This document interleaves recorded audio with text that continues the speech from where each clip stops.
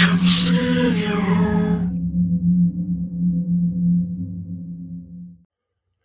So, welcome back or welcome into the Veiled Archive. I wanted to get this out a lot sooner than uh, now. I know I did a couple vids last week about the Appalachian Word Fest visit and trip, and that was amazing.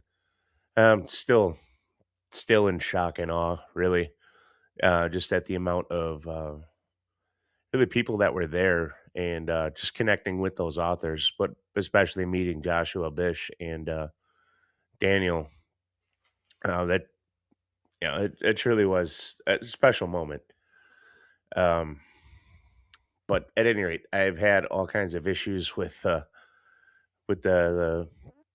video editor this week, and then hardware issues on top of computer problems. So yeah. Anyways, I apologize. It's been too long. Um, but here we go. I'm gonna try to do a few of the shorter versions. Um, just kind of an update. Uh, because like it did mention having the book haul from WordFest itself. And that consists of at least 5 books on its own, plus another book, Seasons of Ash, which was recommended by Joshua Bish. So we're going to get to that one. But as I was assembling uh, the TBR in the order that I wanted to, I was hit up by another author out of the blue late last week about covering his book. So we're actually going to dive into that. But as been promised for months now, it's time to get back to the Psalm of the Tear series, book two. And I guess the timing on this one is pretty good because the audiobook version of this one just dropped not that long ago. So, I mean, it's an excellent way to, I don't know what that was, excellent way to really immerse yourself in the story that continues, um, it kind of in a different format, but we will get to that. And then following that one, we're going to cover the book High School Noir by a new author, Chip Blayd from Australia, before getting into the TBR stack from WordFest.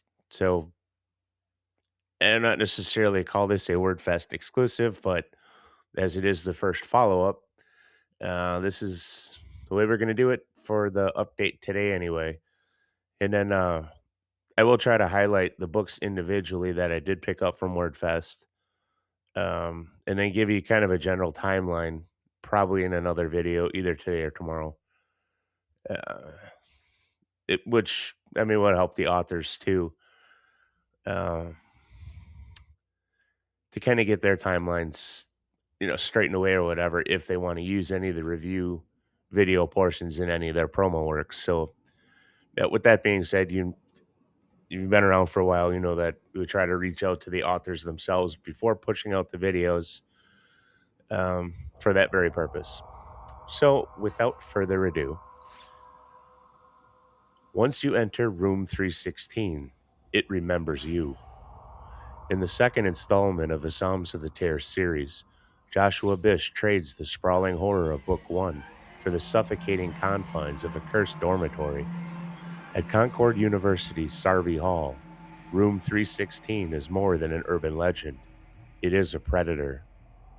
Told through a chilling collection of journals and failed investigations, we follow freshman Mara Ellison and the weary Officer Kent as they uncover a decades long pattern of disappearances that the university would rather keep buried. From the rhythmic knocks at 3:16 a.m. to the entity waiting behind the closet door, this novella is a masterfully crafted exercise in psychological suspense. As we prepare for the release of the final book, The Gospel of Ash, on March 13th, join me as we step into Sarvey Hall to see what happens when institutional negligence meets an unholy, time warping presence. Warning: you'll never look at a dorm room the same way again. And then moving along to High School Noir, probably do this one either days after or the following week. The administrative mask isn't just slipping, it's being discarded for a shroud. Today we're looking at the opening chapters of Chip Blayd's debut, School Noir, and I have to tell you, this is an uncomfortable, high friction descent into the heart of moral rot. Set in the sweltering heat of a 1981 Melbourne summer, the story introduces us to Monterey High, but the high school veneer is quickly stripped away to reveal a sordid reality most would rather ignore. We are forced into the quiet, sordid corners of an environment being meticulously groomed by its own leadership. The internal monologue of Principal Steve Clark is where the true horror resides. This isn't just voyeurism, it is a calculating, proprietary hunger. Blayd establishes a palpable sense of dread by focusing on the supposition of the unthinkable, creating an atmosphere where the air feels charged with a looming systemic transgression. As Clark stands on the precipice of moral abyss, the book sets the stage for a tragic next level carnage that feels less like a random act of violence and more like a horrific certainty. This is a stifling, visceral noir for the discerning extreme horror reader who wants to see the meticulous geometry of a man preparing a sanctuary for a sin that requires total silence. Stay tuned. Something far worse than end of year celebration is on the horizon at Monterey High.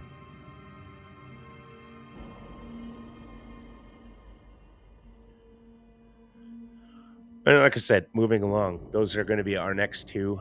Um, it will definitely be getting to a lot more of them. Like I mentioned, it will be reading Seasons of the Abyss and then getting all the amazing books picked up at WordFest, and they will be those WordFest exclusives.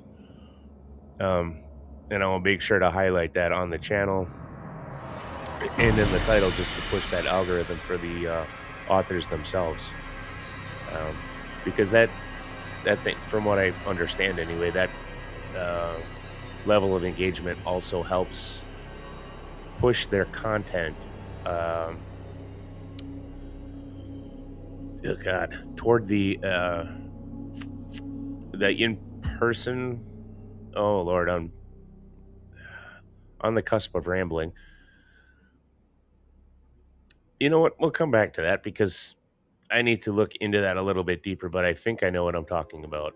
Um, as far as it's mentioning conventions and or in person vendoring, um, I believe that it does help the authors push uh, their visibility. I think that's the word I'm looking for. At any rate, I'll get back to you on that one because now I'm interested in doing a little deeper dive into that. And then on another note, that Architects of Horror should be released March 20th. It is pending.